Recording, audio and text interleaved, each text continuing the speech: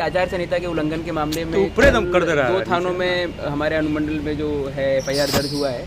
एक मनेर में हुआ है, एक शाहपुर में हुआ है, ऊपर का लग और दोनों में कांड अनुसंधान अंतर्गत है। जो भी होगा कार्रवाई आगे आपको अवगत कराया जाएगा। किस पार्टी के ऊपर हुआ है और किसकी रैली थी जिसमें एफआईआर दर्ज हुआ है? दोनों में राष्ट्रीय जनता दल के जो प्रत्याशी थी उनकी रैली थी, और इसमें मजिस्ट्रेट के द्वारा वहाँ जो है फ्लाइंग स्क्वाड के मजिस्ट्रेट के द्वारा प्राथमिकी दर्ज कराई गई। जो लोकल आयोजक थे उन्हीं के ऊपर हुआ है, जिन लोगों ने अनुमति प्रदान की थी, अनुमति के लिए आवेदन दिया था। तो अनुमति के आवेदन में लिखा गया था कि जो जो शर्तें हैं उनका अनुपालन होगा, और नहीं करने पे उसी में लिखा था कि उनके ऊपर कार्रवाई की जाएगी। उसी के अनुपालन के अनुक्रम में यह कार्रवाई उसमें जनरली है कि अभी जो हमारे नज़र में आया है और मजिस्ट्रेट की नज़र में है कि जो ये रैली और जुलूस की जो शर्तें थी, जैसे मान लीजिए कि डीजे हुआ या फिर एक तय सीमा के अंतर्गत आपको डीजे का उपयोग करना है, या रैली जो है उसमें परमिशन लेके करना है। तो शाहपुर में तो रैली की परमिशन नहीं ली गई थी, वो जुलूस टाइप का निकाला गया था, तो इसीलिए उसका हम लोगों ने एफआईआर कराया है। और मनेर में था कि डीजे का इस्तेमाल नियम अनुरूप नहीं था, इसीलिए उसके ऊपर हम लोगों ने किया इन्वॉल्व है, चाहे वो पुलिस के पदाधिकारी हो चाहे सिविल पदाधिकारी हो।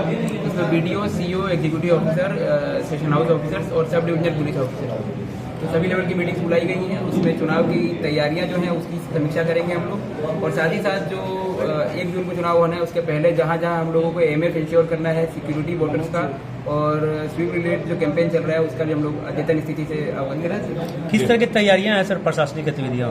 प्रशासनिक गतिविधि पर हम लोग बेसिकली पहले फोकस कर रहे हैं कि सुरक्षात्मक दृष्टि से बूथ हर तरह से सुरक्षित हो, लोगों में किसी तरह का भय का वातावरण नहीं हो, और भय रहित वातावरण में हम लोग सौहार्दपूर्ण तरीके से चुनाव संपन्न करें। वोटर्स में भय रहित वातावरण हो और वो लोग निर्भीक होकर बूथ पर जाएं और वोट करें, अपने मताधिकार का प्रयोग करें। इसके कारण हमारी संख्या अभी संशोधित होगी। आचार संहिता की अभी तक 7 प्राथमिकी दानापुर विधानसभा संबंधित दर्ज की गई है, और अनुमंडल वाइज हमारा अलग डेटा है।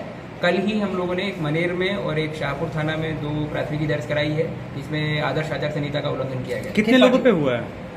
वह राष्ट्रीय जनता दल के प्रत्याशी जो थे उनके कार्यकर्ताओं के द्वारा जुलूस निकाला जा रहा था, तो आयोजकों पर प्राथमिकी दर्ज की गई। तो उसमें बिना अनुमति के जुलूस निकालने के कारण ही प्राथमिकी दर्ज की गई।